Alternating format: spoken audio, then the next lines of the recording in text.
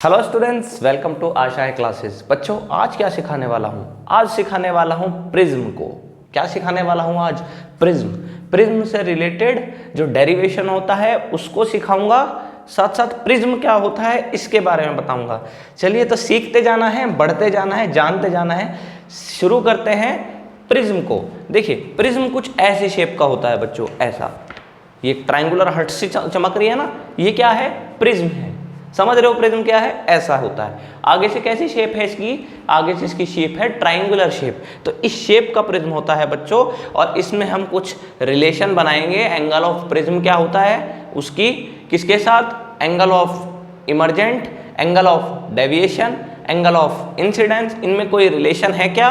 वो रिलेशन बना के दिखाऊंगा मैं आपको। ठीक है, बहुत सिंपल है, सीखते जाना है मेरे साथ। Angle of deviation, angle of prism, angle of incident, इनकी रिलेशन को। प्रिज्म समझ में आया? इस तरह की शेप है, आगे से ट्रायंगुलर है। तो मैं बोर्ड पे बच्चों क्या बनाऊंगा? एक ट्रायंगल बनाऊंगा। बहुत सिंपल डेरिवेशन कराऊंगा, point two point, step by step सिखाऊंगा किस तरीके से आप 3-4 स्टेप्स को फॉलो करके प्रिज्म के डेरिवेशन को उड़ा सकते हैं। ठीक है, तो मैं शुरू करता हूं प्रिज्म को। चलिए, प्रिज्म कैसा बताया अभी बच्चों? ऐसा बताया। ये क्या हो गया? ये हो गया प्रिज्म। बहुत अच्छी बात है। अब क्या बनाया बच्चों? मैंने बनाया इस पे एक ए ऐसे परपेंडिकुलर। ठीक, ये इस फेस का क्या है? इस फेस का क्या है? ये परपेंडिकुलर है। अरे सिंपल है। चलो, इसके बाद इस पे मैंने डाली बच्चों इंसिडेंट रे। कौन सी रे डाली मैंने इस पे? Incident ray. ये एंगल ऑफ इंसिडेंस है। समझ में आई बात? अच्छा, तो ये रे ऐसे निकल गई। हाँ जी, क्योंकि जब लाइट एयर से मीडियम में जाती है तो बेंड हो जाती है टुवर्ड्स द नॉर्मल। बहुत अच्छी बात। चलिए, इसके बाद जब इतना हो गया बच्चों, तो मैंने इस पे एक नॉर्मल ड्रॉ कर दिया ऐसे। ये क्या ड्रॉ कर दिया मैंने? नॉर्मल। समझ रहे हैं? इस फेस का नॉर्मल। बच्चों, इसको मैं बोलता हूँ R1। यहाँ जो लाइट पड़ी नॉर्मल के साथ जो एंगल बना उसको बोला मैंने R2। समझ में आया इतनी सी बात? अच्छा, अब लाइट कहाँ जाएगी बच्चों? अब लाइट क्या है, जब इस पे पड़ती है जानी कैसे चाहिए थी? अच्छा, खुद सोच के बताएंगे, सोच के बताएंगे मैं क्या बोल रहा हूँ। लाइट ऐसे जानी चाहिए थी क्या? अगर ये मीडियम चेंज ना होता, ग्लास से एयर में ना जाती लाइट, तो सीधी सीधी ऐसे निकल जाती। लेकिन होता क्या है? होता ये है कि जब मीडियम चेंज होता है, डेंसर से रेयर में जाते हैं, तो लाइट ऐसे न जाके नॉर्मल से दूर हो जाती है। समझ रहे हो क्या बता रहा हूँ? जानी ऐसे थी, ऐसे हो गई। ये नॉर्मल है, ये ऐसे जा रही थी तो नॉर्मल से दूर ऐसे हो गई। समझ पा रहे हो? ए ऐसे जानी थी, ऐसे हो गई। समझ रहे हैं ना? अच्छा, तो ये ऐसे निकल जाएगी क्या? हाँ जी, निकल जाएगी बिल्कुल। अच्छा, इस एंगल को बच्चे मैंने बोला इमर्जेंट एंगल। क्या बोला मैंने इसे? Emergent angle. अब मैं क्या बोल रहा हूँ अगर ये सीधी जाती तो क्या ऐसे जाती? ऐसे। सीधे जाने से क्या मतलब है? अगर ये लाइट मुड़ती ना, एक मीडियम से दूसरे मीडियम में जाने पे लाइट बेंट ना होती तो ये ऐसी तो जाती बच्चों।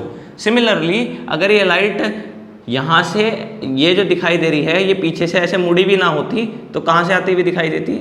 ये ऐसे आती हुई दिखाई देती, नहीं दिखाई देती। समझ रहे हो या नहीं समझ रहे हो? मैं ये बोल रहा हूँ, ये ऐसे गई, ऐसे मुड़ गई थी। लेकिन अगर ये पीछे से मुड़ी भी ना आती तो ऐसे तो जाती बिल्कुल सीधी, ऐसे तो आती हुई। हमें ऐसा लगता कि ये ऐसे आ रही है ना?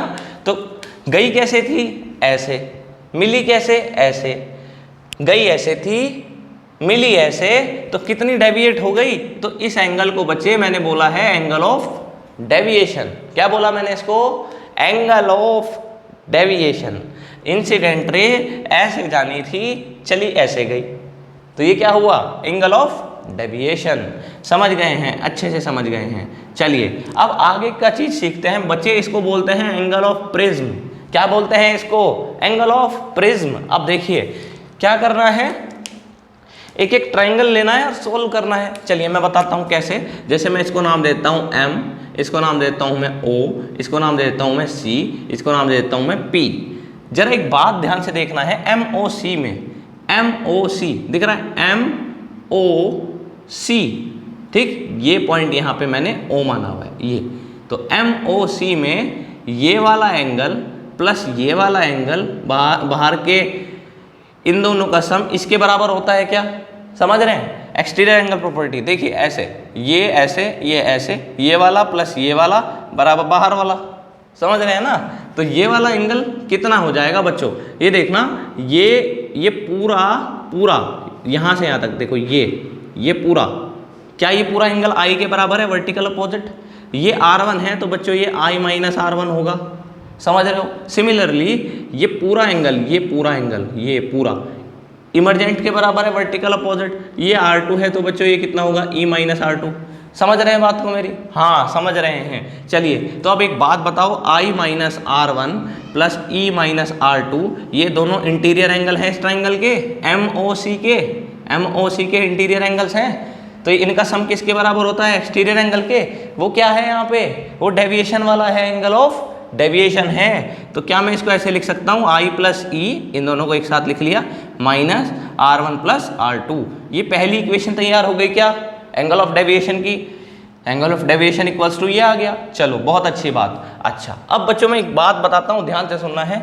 सिमिलरली अब आप क्या करोगे, आपको एक नीचे ट्राइंगल दिखाई दे रहा है MPC, ये रहा ट्राइंगल नीचे वाला।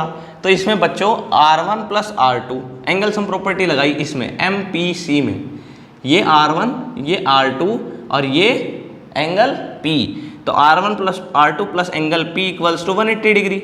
समझ रहे हो क्या बोल रहा हूँ मैं। चलो एक इक्वेशन ये बना ली, बहुत अच्छी बात है, एक इक्वेशन तो ये बन गई। अब क्या करें, अब बच्चों इधर आ जाओ। अगर मैं इस डायग्राम को थोड़ा सा और अच्छे से बताऊं तो ये लाइन ऐसे आ रही है नॉर्मल, ये लाइन ऐसे आ रही है, ऐसे ही तो है। ये वाली लाइन और ये वाली लाइन नॉर्मल है ना एक दूसरे के, भाई ये नॉर्मल है इस सरफेस पे, ये नॉर्मल है इस सरफेस पे, समझ रहे हो। अच्छा ये एंगल कितना है A, एक बात बताओ, ये एंगल कितना 90, ये एंगल कितना 90। समझ रहे हो क्यों है, हाँ समझ रहे हो, क्योंकि ये इस पे परपेंडिकुलर पड़ता है नॉर्मल सरफेस पे। बहुत अच्छी बात। ये क्या है, P पॉइंट है, ये एंगल का नाम एंगल P।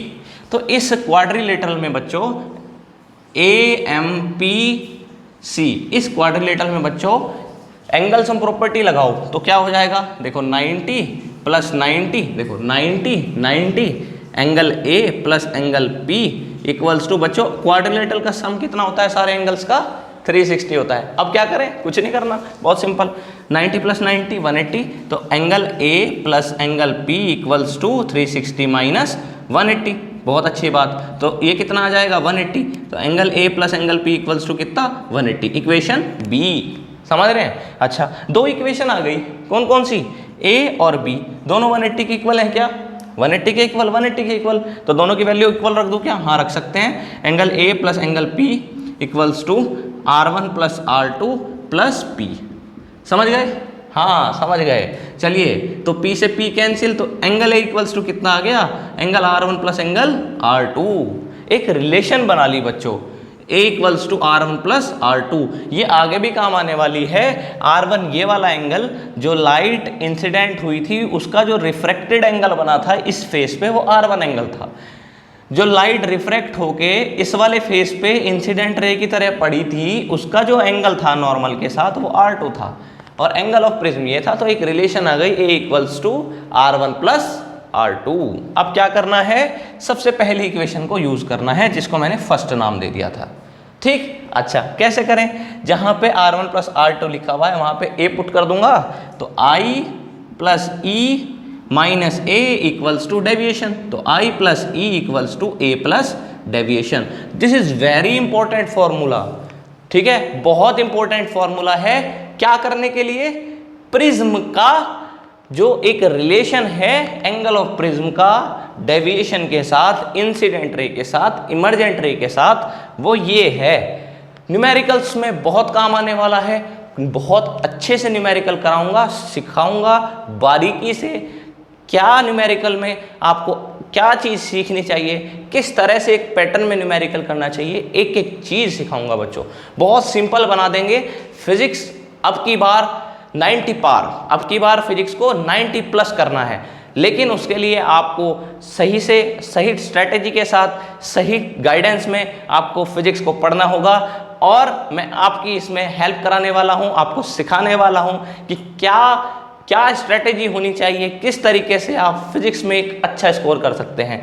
आई होप आप इस चीज़ को जो इस वीडियो में सिखाई गई है, जो 2 रिलेशन बनाई हैं, प्रिज्म क्या है, सीख गए होंगे। तो अगली वीडियो में प्रिज्म से रिलेटेड एक और डेरिवेशन करेंगे, जानेंगे कि उसमें हम किस तरीके से क्या वैल्यू क्यों निकाल रहे हैं। तो मिलते हैं नेक्स्ट वीडियो में।